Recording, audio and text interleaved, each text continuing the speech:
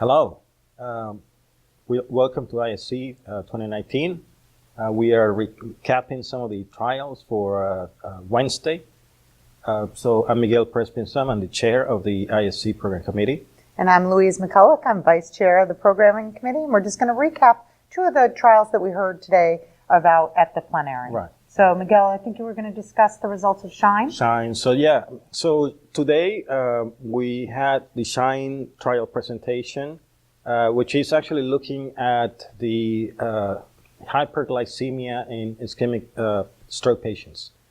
It's well known that hyperglycemia is linked to worse outcomes. So in this trial, they are actually looking at a more aggressive approach to decrease glucose levels post-stroke by using IV insulin injections.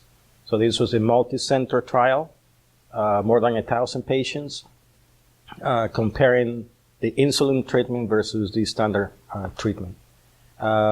Basically, the results show no improvement in functional outcomes, which is important to know, obviously, with this treatment. And the second important result of this trial is that there was a trend to induce hypoglycemia with this aggressive treatment.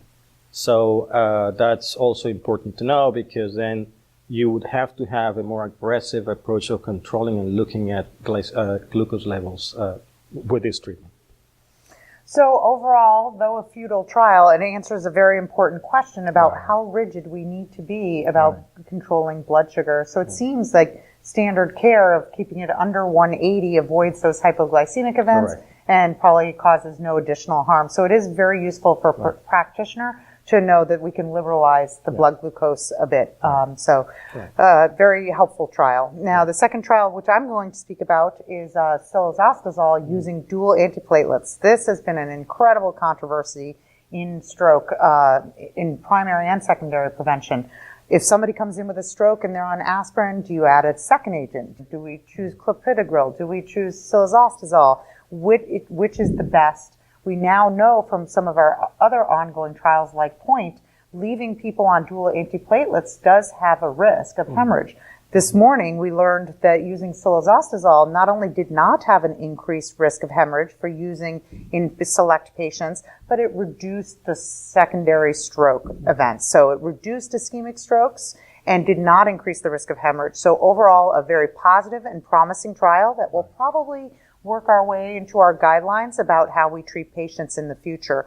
There were a large number of patient selection criteria that may eliminate some of the patients that we would use to treat this therapy, but based on the patients that they examined, dual antiplatelet therapy with aspirin or clopidogrel plus silazostazole had a beneficial effect on stroke recurrence. We also heard a little bit about the Wright trial, which was also a negative trial. It did show that we are able to do these large-scale consentable trials in the ambulance. However, that trial was negative, and there was even a suggestion that there could be harm, specifically in patients who were later found to have intracerebral hemorrhage. These patients were treated in the ambulance, so there was no imaging. They all got a patch of either placebo or trinitrate glycerol. We'll have to look at that carefully. And I think there's a lot to be learned from that trial about how rigid we are about controlling blood pressure, especially in the hyperacute setting. So it was a great day. We've learned a lot. We've had a large number of great seminars, and we have our first poster presentations tonight. So we hope to see you there.